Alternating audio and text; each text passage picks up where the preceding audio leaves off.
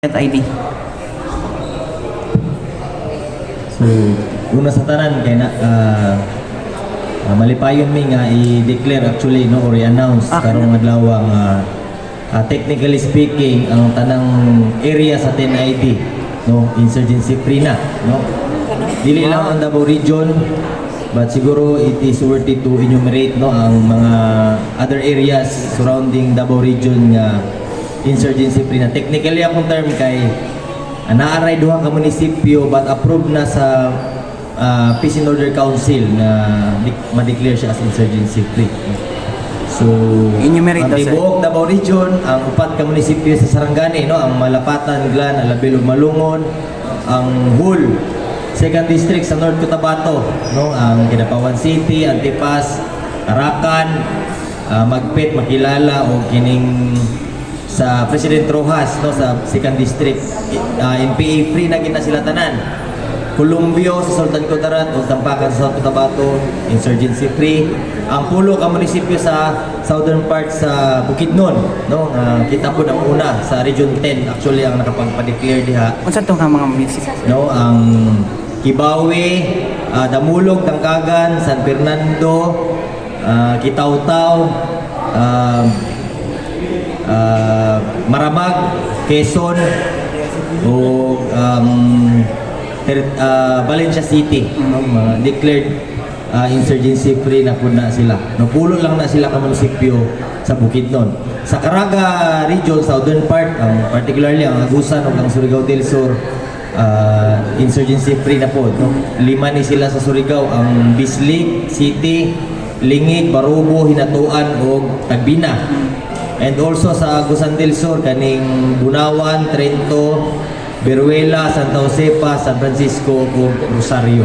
So, malipayon mi nga ma-announce sa tanan nga siguro kung labi na sayop sa tibuok Infantry Division sa Pilipinas, kita pa lang ang area tibuok AOR nga declared as either insurgency free or NPA free no tungod din siya sa pagtinabangay dili lang sa sundalo kundi sa uban pa nga mga sektor sa komunidad particular gyud ang LGU of course sa media sector nato nakupod nga tapang pag-abot sa atong pagpropagate sa mga ani nga mga events to sa atong mga accomplishments ug atong mga narrative pag-abot ani. So tungod ani sa pangutanan ni Sir unsa na ang effort sa 10ID. So, ang ato ang commander sa 10ID, si Major General Alvin Luzon, nagpanaog na siya actually, no? Lately og mga instructions nga mag-conceptualize og mekanismo or mag-concept nga ma-handover actually ang lead role no sa suppression of insurgencies it's either sa PNP o sa LGU actually no.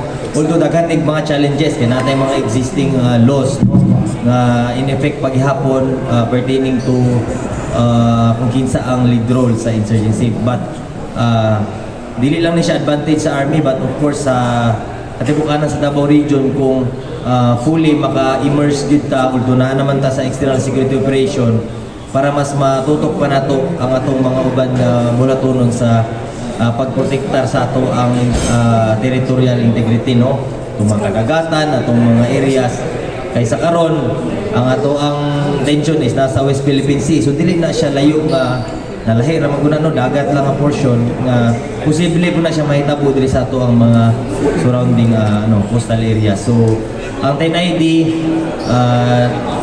natay mga batalyon evaluation and certification program kung asa ang ato ang mga trainings naka-focus na sa mga large scale nga mga movements and operations no batalyon size and also ginapataas na nato ang ginapakusog nato ang Integrated Territorial Defense System or ITDS sa external security operation particular nato ang mga coastal areas sa pinaagi sa pag mga exercises o mga training sa pre-positioning sa ato ang mga combat support units like mga artillery o uban pa nga mga units sa mga coastal areas o magamit po nato ang ato ang mga CAVCOS, mga territorial forces no mga force multiplier sa mga coastal areas no para mas maprotektaran pag nato ang ato ang coastal So, areas. coastal areas na ang focus karon sa Tent ID nga security, sir. Not necessarily, but in terms sa kanang intention nga nahitabo, so dili na to na siya ma-disregard nga naagit ang primary nga Ang- mga ang presence sa intention army sa mga presence sa mga vessels, even na yung mga musulod na illegally, no? But again, atong ginaklaro po sa tanan nga ang threat sa ato ang national territory o sa ato ang national security dili lang ni siya sa kadagatan nga istorya.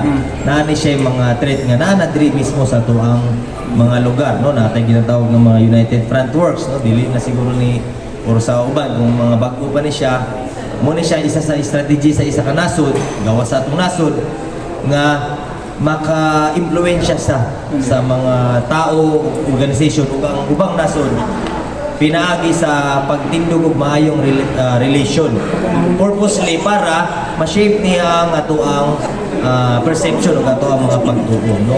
Isa na ganitira ang mga pagsuporta sa ilahang mga naratibo instead of sa ato ang naratibo sa West Philippine Sea, no? So naa siya mga anak ang mga content ano.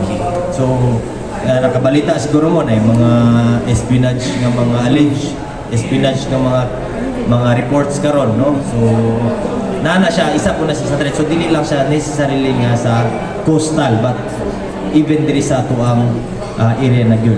So mao na siya ato ang dagan karon, no? O ang ultimate goal na to actually sa ato ang commander is hopefully by next year, no, naanatay murag floating brigade size na unit, no, Floating? whenever na manginahanglanon siya sa tibuok Pilipinas is makapag ano ta, maka-initiate tag movement sa brigade size. Dagko mo gud siya ang mga units no brigade.